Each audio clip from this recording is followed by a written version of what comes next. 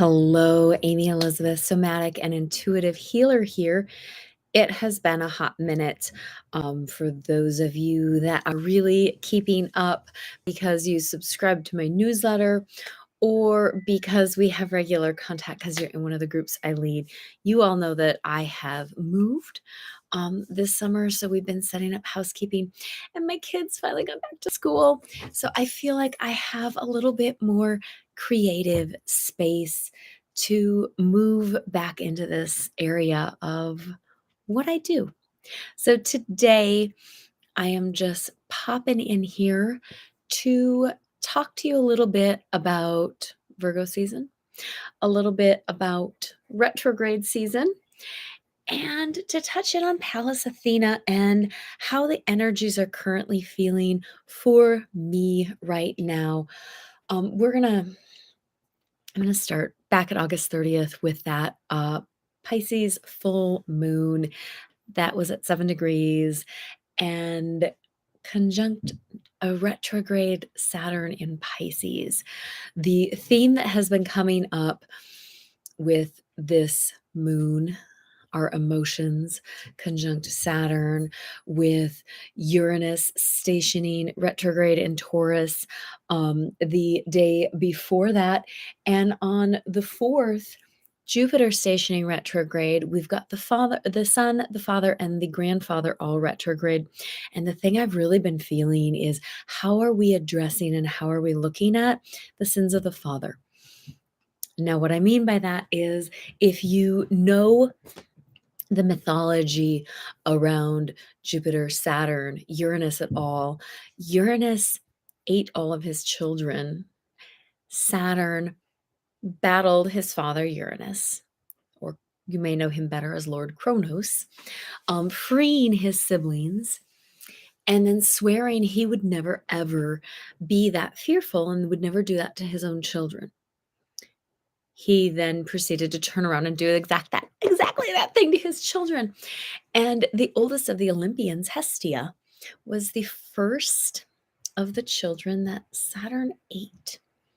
And the child that Saturn didn't eat was Zeus because his mother, Rhea, hid him. And so they have this, there is a collective energy of how are we avoiding healing? How are we trying to avoid the sins of the father? By not looking at them, by not talking about them, rather than facing them and healing them. Because we may see what was done, but when we turn away rather than heal it, rather than address in us, this isn't about confronting our fathers unless you're in a place to do that. This is about paying attention to our unconscious places, our unconscious behaviors, how we are perpetuating our father's behaviors. So that's really what this is. How are we as individuals perpetuating our father's bad behaviors when what we're consciously working to do so hard is likely avoid them? So that was really a lot of that energy around that Pisces full moon that I was very, very aware of. On before I move on to September, because the September 1st aspect that I'm really looking at has to do with Pallas Athena. And while we know her from her very manly aspects that earned her respect in the Greco-Roman world, I want to take us back actually 6,000 years to Libya, which are Athena's origins, as the sea goddess Neith. She was a triple goddess aspect that was made up of a maiden, mother, and crone, Pallas, Athena, and Medusa. So they're really linked into the snake goddess from the snake representing wisdom and prophecy. They are linked to African women warriors that lived along Lake Triton. And a big piece of Pallas's story, her mythology, is the ways in which she had to kill off her connection to her feminine aspects, her sisters Pallas and her sister Medusa, to integrate into the masculine world. And another way to look at that is that Pallas's mother, Metis, who was a Titan sea goddess, was eaten by her father, Jupiter. So we have a mythology and a story that Pallas is a motherless daughter. And so she worked and strived and tried for her father's love and for acceptance in the male world. And in doing that, a big part of doing that was the ways in which she killed off her feminine. Part of her mythology in Libya is the death of her younger innocent sister, Pallas, and Athena's own hand in that, which is how she became Pallas Athena, to remember to honor her sister first. Um, the other really important thing, we're gonna wait with that. So we're gonna keep in mind that a big part of Pallas's mythology, and therefore her archetypal energy when we work with Pallas, is to ask ourselves, what are the feminine aspects of ourselves that we are killing off in an effort to gain respect and acceptance in a masculine driven world? Because on September 1st, Pallas Athena at 24 degrees of Virgo, the sign of the priestess, was trying a freshly retrograde Uranus and Taurus. So these are both earth signs. Both Taurus and Virgo are earth signs. A trine is a supportive aspect. So we're being asked, we've got the grandfather, right? Because the great grandfather actually, in a supportive relationship with the great granddaughter. Is he only being supportive, though? Is there only support from the masculine because she has been so willing to kill off and deny her own femininity? Or is that a masculine relationship? Is that a masculine energy you want to be in relationship with? Is it a masculine energy that feels healthy and supportive? Or is it an energy that requires Uranus and Taurus as earth events, that we shake things up, that we do things differently? And Uranus and his light is lightning fast change when he's in his highest energy. Pallas, when she's in her highest energy, is beautiful feminine wisdom that has not been appropriated for the distorted use of the masculine agenda, for the patriarchal agenda. I'm going to say patriarchal agenda rather than the masculine agenda, because there's nothing wrong with masculinity and there's nothing wrong with men, anything more than there's anything wrong with femininity or women. It is a toxic patriarchal system that requires that the feminine be repressed and put away in support of the masculine. So on September 1st, these two archetypes had an earth trine. So, what are you doing in your day to day boots on the ground life in a practical level to support your feminine energy and to make change towards your feminine energy, whether you are in a male, female, or non binary body? What are you doing to support that feminine flow of energy, the feminine life force that is movement and Shakti and change and growth? Not there's nothing, the feminine can be passive. It doesn't mean it's the only thing it does. Femininity is movement, it is action, it is growth, it is change. Go look outside. Here in Minnesota, things are changing so fast right now as we move to fall. The flowers are dying back, the asters and the goldenrods are out in force. The trees are starting to change color. All of that is movement and change. All of that is Mother Nature. All of that is a feminine principle. On September 3rd, Venus stationed direct. Now, she has been retrograde since I look at my notes. It's just too much to hold in my head. She has been retrograde since August. Um, and she turned direct. So she has been moving through Leo, asking us to really examine and transform. Fire is a transformative element. It is why I work with it as a shaman and a fire walking instructor. Venus has been asking us to transform our relationship with our self worth, with the way in which we love ourselves and the way in which we create. So that was September 3rd, Venus stationed direct at 12 degrees of Leo. For those of you that look at your chart, I will try to include degrees so you can see how it is hitting your exact chart. Now, September 4th, our friend retrograde Mercury, who is hanging out in Virgo where he rules, trined Jupiter in Taurus prior to Jupiter stationing retrograde, like by a couple hours. So Jupiter is like trying to turn the Titanic. It's really drilling down in this space at 15 degrees of Aries. So it's expanding how we see ourselves. Can we see where we react and behave and function out of fear? Do we have the client recently said, actually today, that I have a spine of rebar? Can we have a soft, fuzzy, open heart and work from love and also have a spine of rebar? Can we stay in our integrity and not function from fear? And ways in which we function from fear are when we choose to disempower others.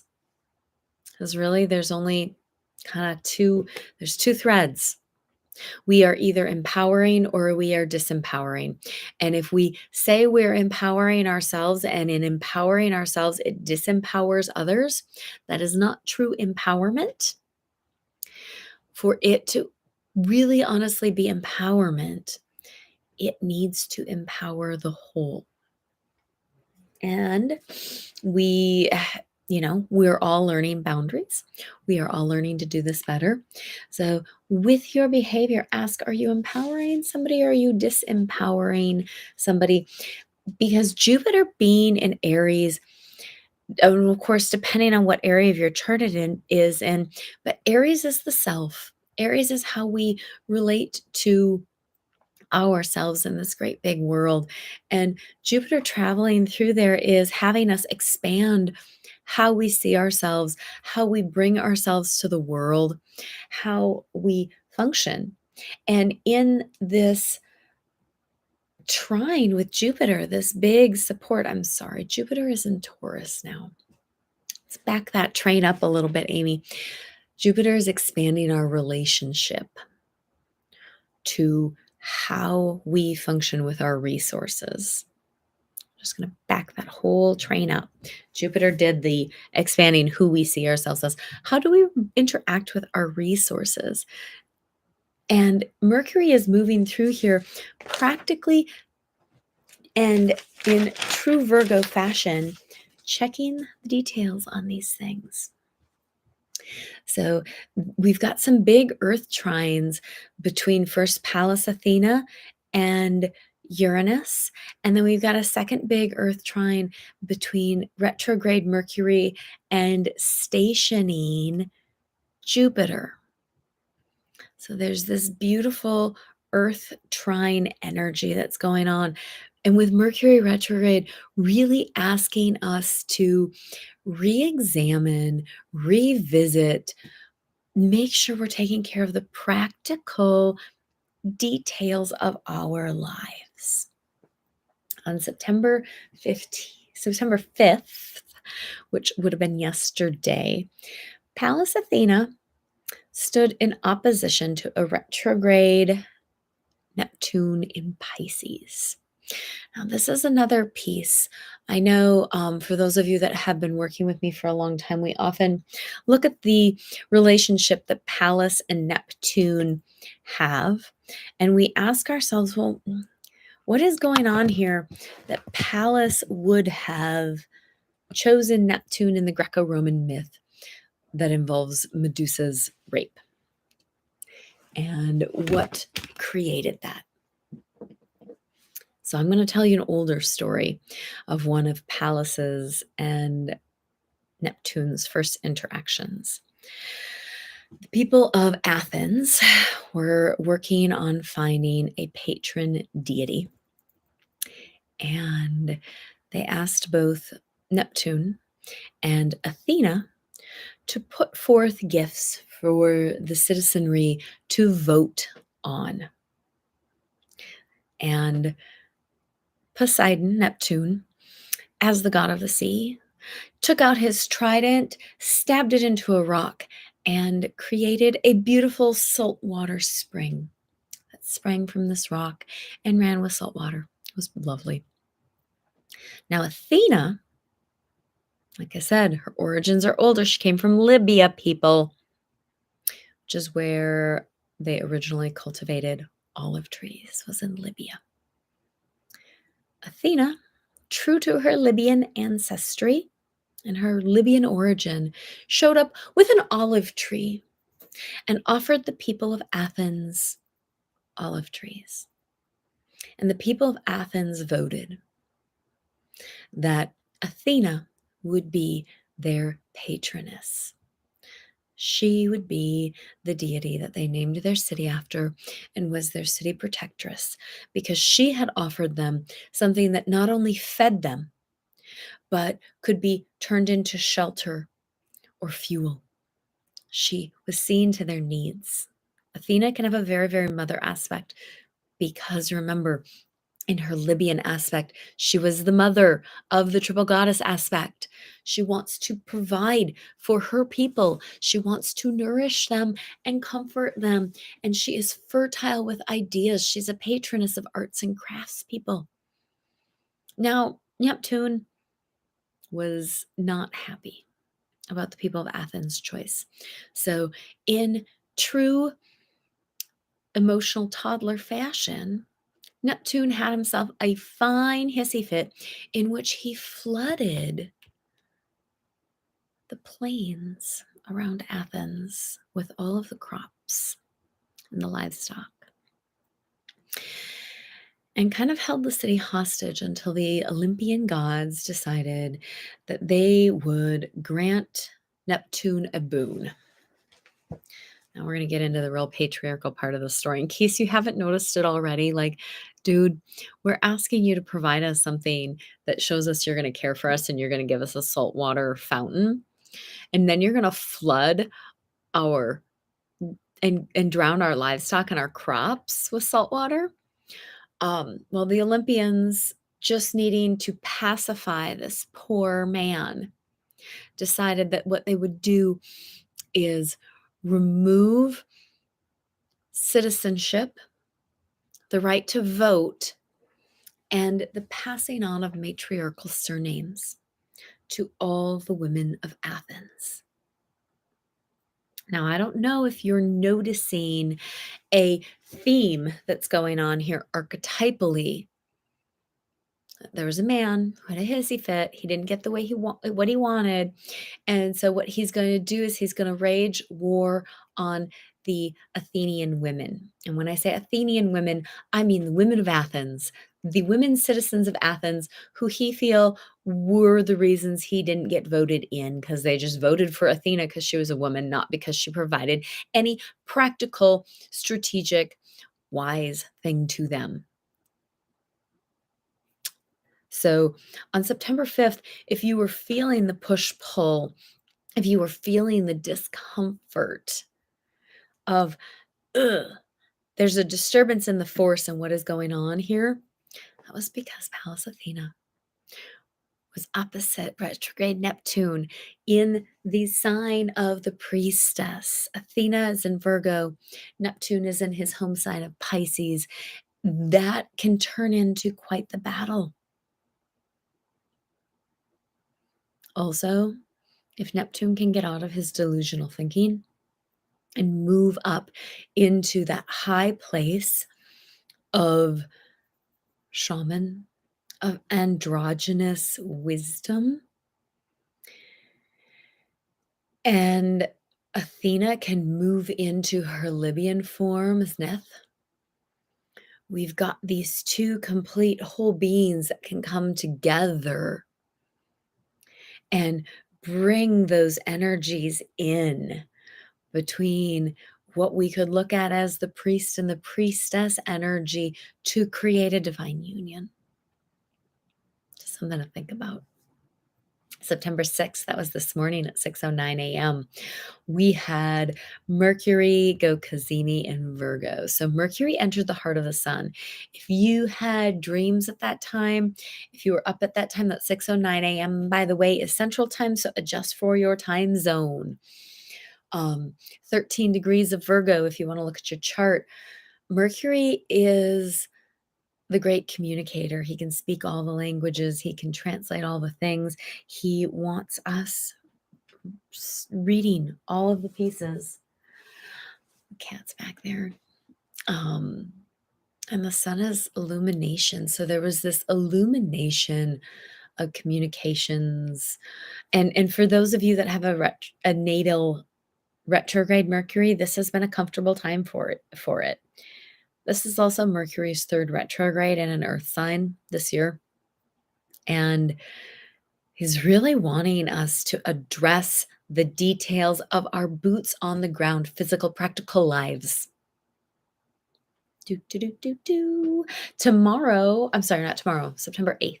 So Friday, the sun in Virgo is going to trine retrograde Jupiter in Taurus. That's going to be still at 15 degrees. Jupiter is drilling down at that 15-degree point of Taurus, making it bigger, bringing the focus in there. How can you turn and look at what he's doing? And the sun is there, bringing in illumination, bringing in a little bit more focus on the details, because Taurus can be a big picture earth sign. Virgo is the practical details, boots on the ground, as we like to say. And then the last thing I'm going to look at is September 10th, and that's because that's another Pallas Athene energy. And she is going to be trine retrograde Pluto in Capricorn at 28 degrees. So when I talk about these things, I'm giving you the exact dates they meet degree to degree. Also be looking on either side of it. Pluto in Capricorn is asking us to revisit the ways in which we don't have authority in our own lives. Oftentimes, we've given our authority to the dad figures in our lives. And is there somebody better that you can have authority? Pluto also cleans everything out. Whether we want it gone or not, he is going to remove it. So if there is a theme that keeps popping up that you keep being shown and you're not paying attention to it, it's going to get removed in the next about 7-8 months. It's going to be forcibly taken away. So pay attention so that you can be in a position where you are party to the removal of that. It doesn't feel good for any of us to have something forcibly taken away. When we can be party to what is being removed from our lives, it's a little bit more graceful. It's a little bit more spacious. So drop me your questions, drop me your comments, requests. I am, now that I have some more spaciousness in my home life, will hopefully be back with more updates. For those of you that haven't joined my women's circle, get on that. You'll need your birth data because everybody in women's circle gets a personalized chart reading based on the archetype we're archetypal space we're working that month, and this month we're working Virgo. So no matter where your Virgo falls in your chart, you're going to get a full reading on the house, the sign, and your natives of that house, and how this month the sun, moon, Mercury, and Pallas Athena are dancing with those natives. Um, yeah, so sending you all fierce love, and until next time.